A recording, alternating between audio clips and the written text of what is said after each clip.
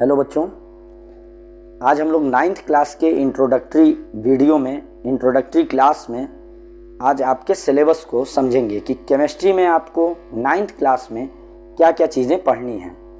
तो first of all आप ये समझो कि आप केमिस्ट्री में क्या पढ़ते हो।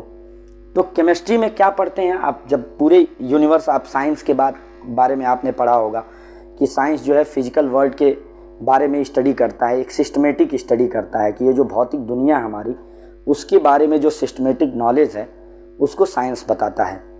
तो अब ये जो दुनिया है या दुनिया से बाहर आप निकलो, यूनिवर्स की बात करो, ब्रह्मांड की बात करो, तो पूरा यूनिवर्स जो है बेटा ये केवल दो चीज़ों से मिलकर बना है। एक तो है आपका मैटर और दूसरी चीज़ है एनर्जी, यानी कि द्रव्य और ऊर्जा। द्रव्य मतलब आपने सुना होगा अपनी पिछली कक्षाओं में, अपने पिछले क्लासेस में कि matter something occupies space and have some mass, मतलब जो कुछ जगह ले, जिसमें कुछ वॉल्यूम हो और जिसमें कुछ मास हो। और एनर्जी क्या है? एनर्जी जिसमें ये दोनों चीज़ें ना हो बट उसकी हेल्प से हम कुछ काम कर सकते हो। जैसे इलेक्ट्रिसिटी है तो इलेक्ट्रिसिटी से फैन मूव करता है, सनलाइट है, सोलर एनर्जी है, उसमें उससे आप कुछ वर्क कर लेते हो। तो ये जो मैटर है, इसी मैटर को हमारी केमिस्ट्री स्टडी करती है और इस एनर्जी को आप फिजिक्स में पढ़ते हो अपने, और ये दोनों मिलके बोले जाते हैं फिजिकल साइंसेस। यानी कि केमिस्ट्री में हम मैटर क्या है, मैटर का कंपोजिशन क्या होता है, मतलब किन पार्टिकल से मिलके बना होता है, मैटर के अंदर क्या है चीज़ें, मैटर की प्रॉपर्टीज़ क्या हैं, फिजिकल और केमिकल प्रॉपर्टीज़ की, और फिर एक मैटर दूसरे मैटर से कैसे इंटरेक्ट करता है, मतलब मैटर्स के बीच में जो रिएक्शंस हैं वो कैसे होती हैं, ये हम लोग पढ़ते हैं केमिस्ट्री में। फिजिक्स में आप क्या पढ़ेंगे? आप एनर्जी के वेरियस फॉर्म्स, उनके इंटर कन्वर्जन के बारे में पढ़ेंगे, एक दूसरे में एनर्जी कैसे बदली जाती हैं। तो फिर आप यहाँ से एकदम बेसिक, अब आप 9th में यहीं से शुरू करने वाले हो। ये जो मैटर है, मैटर के बारे में आपको पढ़ना है पूरे, जितनी भी आगे तक आप केमिस्ट्री जाओगे आपको मैटर ही पढ़ना है। मैटर के क्लासेस बढ़ते जाएंगे, उसके डेप्थ में आप उतरते जाओगे और केमिस्ट्री की नई नई ब्रांचेज आपको मिलती जाएंगी। तो आप जब अपने क्लास में स्टार्ट करते हो केमिस्ट्री को, तो आप पाएंगे कि 4 चैप्टर्स आपके सिलेबस में हैं। फर्स्ट चैप्टर, यही आपने देखा कि मैटर के बारे में आप पढ़ते हो, तो फर्स्ट चैप्टर आपका है मैटर इन आवर सराउंडिंग, मतलब हमारे चारों तरफ जो मैटर्स हैं। हम जब अपने कमरे में खड़े होते हैं, अपने स्कूल में होते हैं, अपने घर में होते हैं, तो हम चारों तरफ मैटर से घिरे हुए हैं।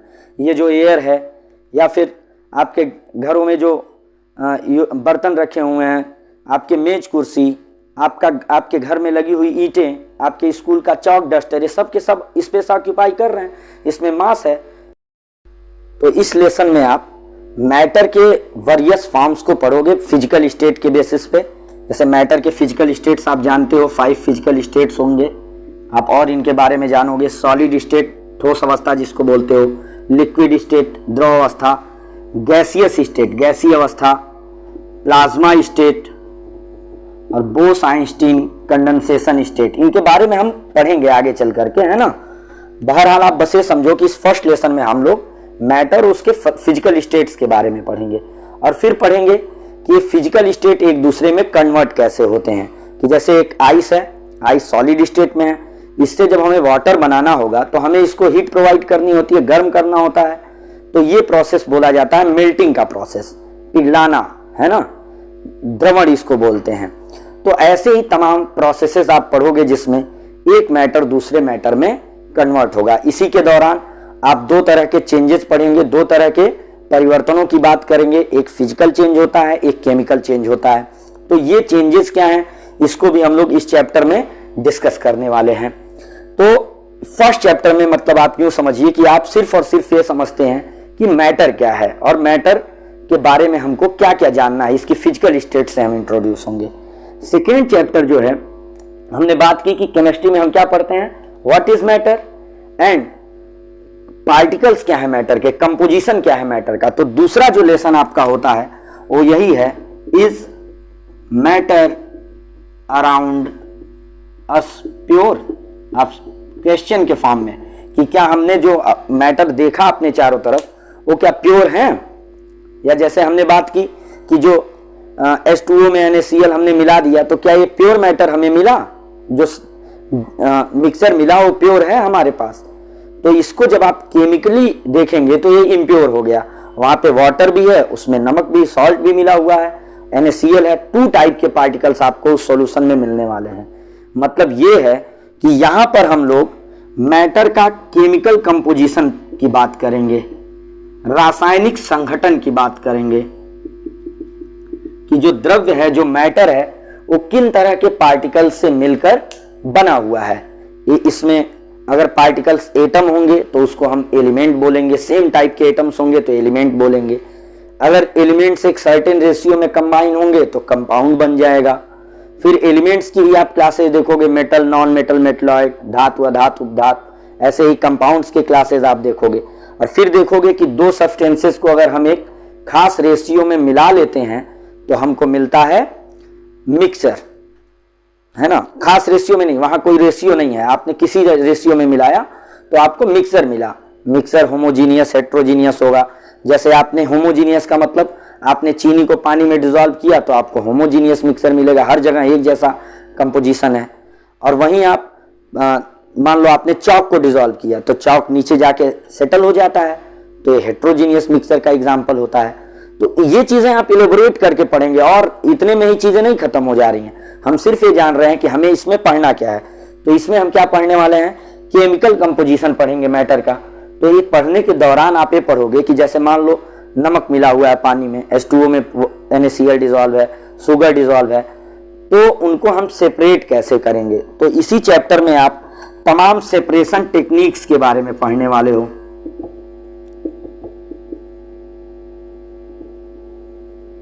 इसमें तमाम आप सेपरेशन टेक्निक्स के बारे में पढ़ोगे, जैसे hand picking, sieving, centrifugation, distillations, filtrations, evaporation, वाष्पन बोलते हो हिंदी में आप इन सबको, वाष्पन, और क्या कहते हैं हाथ से निकालना किसी चीज़ को, फिर जो है छानना। तो आप वहाँ पे हम लोग इनके बारे में डेप्थ में उतर करके पढ़ेंगे कि कैसे किसी मिक्सर को हम प्यूरिफाई करते हैं। मतलब एक मिक्सर है, उसमें कई सारे कंपोनेंट मिले हुए हैं, जैसे सैलाइन वाटर मिलता है समुद्र से, उसमें जो NaCl है उसको हम वाटर से कैसे अलग करते हैं, वो भी तो कोई टेक्निक ही होगी। इवेपरेशन से हम अलग करते हैं। तो ये चीज़ हम लोग इस चैप्टर में बेसिकली डिस्कस करने वाले हैं।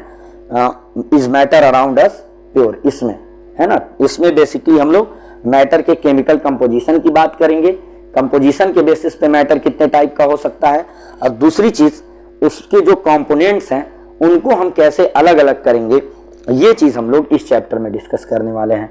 फिर नेक्स्ट चैप्टर जो आता है हमारा वो है, अब आपने बात की कि मैटर है, मैटर के अंदर कुछ पार्टिकल्स होंगे, वो पार्टिकल्स होते हैं बेटा एटम। जो स्मॉलेस्ट पार्टिकल आपको मैटर का मिलेगा उसको आप एटम बोलते हो, परमाणु बोलते हो। द्रव्य का जो सबसे छोटा कण है वो परमाणु होता है, और इसी परमाणु के इर्द गिर्द आपको पूरी केमिस्ट्री लेकर के घूमना है। समझ में आ रही बात है कि जैसे आप जब कोई भी सब्जेक्ट पढ़ते हो, मैथ्स जब आपने पढ़ा तो वहां सारा खेल किसका था, नंबर्स का खेल था। आप अर्थमेटिक पढ़ो, अंक गणित पढ़ो तो वहां भी नंबर्स हैं। आप अलजेब्रा पढ़ते हो तब भी आपको नंबर्स की जरूरत पड़ती है। आप ज्योमेट्री पढ़ते हो वहां भी आपको नंबर्स की जरूरत पड़ती है। ऐसे ही जब आप फिजिक्स पढ़ते हो तो आप फिजिक्स में क्या पढ़ते हो, फिजिकल क्वांटिटीज की बात करते हो कि डिस्टेंस क्या है, टाइम क्या है, उसी में पूरी फिजिक्स बीत जानी है। तो वहां जो स्मॉलेस्ट यूनिट है पढ़ाई की, या फंडामेंटल यूनिट जो है पढ़ाई की, मैथ्स में वो नंबर्स हैं, फिजिक्स में क्या है, फिजिकल क्वांटिटीज हैं। ऐसे ही बेटा आप बायो में देखते हो तो बायो में आप पूरी पढ़ाई किसके इर्द गिर्द घूमती है, सेल के इर्द गिर्द घूमती है, कोशिका के इर्द गिर्द घूमती है। तो ऐसे ही हमारी केमिस्ट्री की जो पढ़ाई है वो एटम के इर्द गिर्द घूमेगी। आपको इसी को बेहतर ढंग से जानना है, और आप एटम से बेहतर ढंग से 9th में ही इंट्रोड्यूस हो जाते हो। आपको जो 3rd और 4th चैप्टर अलॉट हुए हैं बेटा वो इसी बात से अलॉटेड है। ये एटम एंड मॉलिक्यूल है आपका 3rd चैप्टर, परमाणु व अणु, है ना। और 4th चैप्टर आपका है परमाणु संरचना, structure of atom, structure of atom आपका 4th चैप्टर है, स्ट्रक्चर ऑफ एटम। इसका ये मतलब है हम लोग यहाँ पे इस चैप्टर में 3rd चैप्टर जो आपकी है 3rd unit atom and molecule में ये समझेंगे कि भाई एटम है क्या। तो आप डाल्टन्स थ्योरी पढ़ेंगे आप, जिसमें सर जॉन डाल्टन ने बताया था कि एटम जो है स्मॉलेस्ट पार्टिकल है। उससे पहले करत साहब की भी, महर्षि करत की एक थियरी आप पढ़ोगे तो वो खैर अब हमारे प्रचलन में नहीं है, वो ट्रेंड में नहीं आता है ना। तो जे थॉमसन की थी, जॉन डाल्टन से आप शुरू करते हो कि एटम क्या होता है। जब आप जान जाते हो एटम क्या है, एटम के बारे में कुछ और बातें आप जानते हो कि एटम अनकट है, उसके अंदर कोई पार्टिकल नहीं है डाल्टन के अकॉर्डिंग, ठीक है। फिर आप ये जानते हो कि हर एक एटम का कुछ स्पेसिफिक मास होता है, एटॉमिक मास होता है। आगे चल के बताया जाएगा नहीं, एटम का एक कैरेक्टरिस्टिक प्रॉपर्टी जो है उसका एटॉमिक नंबर होता है। तो आप ये इंट्रोड्यूस करेंगे कि एटॉमिक मास क्या है, एटॉमिक नंबर क्या है। फिर आपको ये बात, हम लोग ये बात करेंगे कि जब 2 एटम या मोर देन 2 एटम से खास रेशियो में मिलते हैं तो क्या बनता है, तो बनता है बेटा मॉलिक्यूल। तो मॉलिक्यूल, एटम्स के मास को हम कंबाइन करके फिर क्या निकालेंगे, मॉलिक्यूलर मास। मतलब आपने एटम पढ़ा तो फिर इसका एटॉमिक मास ए से दिखाते हैं, जेड एटॉमिक नंबर। फिर एटम्स के कॉम्बिनेशन से आपने पढ़ा मॉलिक्यूल, फिर मॉलिक्यूल पढ़ा। अब ये एटम से ऐड होके बना है मॉलिक्यूल, तो हम इसका मॉलिक्यूलर मास निकालेंगे। मॉलिक्यूलर मास में क्या होगा, एटम्स के मास को हम ऐड करेंगे तो मॉलिक्यूलर मास मिलने वाला है। ये सब बहुत ही इंटरेस्टिंग टॉपिक होने वाला है बाबू। अब समझो, मॉलिक्यूल्स हमने इंट्रोड्यूस कर लिए, फिर हम क्या करने वाले हैं, एटम्स के लिए तमाम फार्मूले हम लोग देखेंगे, एटम्स के सिंबल देखेंगे। फिर मॉलिक्यूल्स के हम लोग फार्मूले देखेंगे, मॉलिक्यूल के 3 टाइप के फार्मूले देखेंगे, molecular formula, molecular formula, empirical formula, structural formula. ये 3 टाइप के हम लोग फार्मूले देखेंगे। और फिर हम लोग ये पढ़ेंगे कि किसी मॉलिक्यूल का परसेंटेज कंपोजिशन क्या है। परसेंटेज कंपोजिशन का क्या मतलब हुआ, आपने पढ़ रखा है कि मॉलिक्यूल एटम से मिलकर बनता है, तो एटम्स का कंट्रीब्यूशन क्या है परसेंटेज वाइज, मास में या वॉल्यूम में, वो आप यहाँ पे परसेंटेज कंपोजिशन में निकालते हो।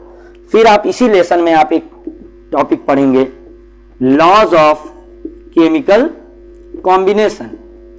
इसमें हम क्या डिस्कस करने वाले हैं बेटा, लॉज ऑफ केमिकल कॉम्बिनेशन का मतलब ये होता है कि जब कोई केमिकल कॉम्बिनेशन होता है, 2 एटम्स या 2 मॉलिक्यूल या एक एटम दूसरे मॉलिक्यूल से ऐड होता है, रिएक्ट करता है, तो वो कुछ खास लॉज के तहत होता है, ऐसे नहीं कॉम्बिनेशन हो जाता है। जैसे फिजिक्स में आप पढ़ रहे होंगे न्यूटन्स लॉ ऑफ मोशन, कि कोई भी मोशन हो रही है तो 3 लॉज में से एक फंडामेंटल लॉ को फॉलो करती ही करती है। तो ऐसे ही केमिस्ट्री में भी कुछ लॉज हैं, फंडामेंटल लॉज हैं, जिनको हम लॉज ऑफ केमिकल कॉम्बिनेशन बोलते हैं। 5 लॉज हैं, तो इनको हम लोग डिस्कस करेंगे। फिर एक बेहद इंपॉर्टेंट टॉपिक है जो आपको आने वाले टाइम में, जैसे 11th में, मतलब ये टॉपिक, ये सारी चीजें आपको 11th के इंट्रोडक्शन में मिलेंगी, 11th के इनिशियल स्टेज में मिलेंगी, और थोड़ी डेप्थ में उतर करके मिलेंगी, या यूं कहो थोड़ी और एक्सप्लेन्ड मिलती हैं बेटा। तो आप देखोगे कि 11th के लिए बहुत ही इंपॉर्टेंट टॉपिक होता है, आपके लिए भी है ये मोल कॉन्सेप्ट। मतलब ये है बेटा कि अगर हम एक सब्सटेंस का 1 मोल लेते हैं, एक सर्टेन अमाउंट लेते हैं, तो उसमें नंबर ऑफ पार्टिकल्स कितने आते हैं, ये चीज आती है मोल कॉन्सेप्ट से। तो ये बेहद इंपॉर्टेंट टॉपिक होने वाला है, क्योंकि इसके पहले के जो लेसन्स हैं, बॉइलिंग, मेल्टिंग, फ्रीजिंग, ये सब आपने सुन रखा होगा, लेकिन यहां से आपके लिए चीजें बड़ी स्पेसिफिक हो जाती हैं, और ये आपके लिए एक तरह से बेस है, न्यू है ये आपके लिए, जो आप केमिस्ट्री की बिल्डिंग खड़ी करने वाले हो, इसी चैप्टर से आगे चीजें बढ़ती हैं। फॉर एग्जाम्पल, अब आप स्ट्रक्चर ऑफ एटम पे आ जाते हो। स्ट्रक्चर ऑफ एटम में जो आपने इस एटम को पढ़ा, अब आप ये डिस्कस करेंगे कि इस एटम के अंदर क्या चीजें हैं। जॉन डाल्टन ने बताया था कि एटम न्यूट्रल है, मतलब इसमें कोई चार्ज नहीं है। फिर आप इसमें पढ़ोगे कि कैथोड रेज की डिस्कवरी होती है बेटा, discovery of cathode rays. Cathode rays की डिस्कवरी होने का मतलब ये हुआ कि ये नेगेटिव रेज रहेंगी, तो अगर नेगेटिव रेज खोजी गई तो फिर पॉजिटिव रेज खोजी जाएंगी, एनोड रेज, एनोड किरणें खोजी जाएंगी, है ना। फिर आगे चल करके आप देखोगे कि एटम में एक सेंट्रल पार्ट न्यूक्लियस खोजा जाएगा, ये पॉजिटिव पार्ट न्यूक्लियस, या जिसको आप बोलते हो नाभिक, न्यूक्लियस खोजा जाएगा, है ना, और फिर इसके सराउंडिंग में इलेक्ट्रॉन्स होंगे, इसके अराउंड इलेक्ट्रॉन्स रिवॉल्व करते हैं सेल्स में। तो एटम के इनसाइड में हम जाने वाले हैं कि एटम के अंदर पॉजिटिव कहां पे है, नेगेटिव कहां पे है, कौन से सब एटमिक पार्टिकल्स मतलब एटम के अंदर के पार्टिकल्स कहां अरेंज्ड हैं, ये चीज हम लोग स्ट्रक्चर ऑफ एटम में पढ़ेंगे। तो इसको कौन कहां अरेंज है, इसके लिए फिर हम वेरियस मॉडल्स पढ़ते हैं। जैसे हम पढ़ते हैं first model J Thomson model 1904 में आया था, है ना।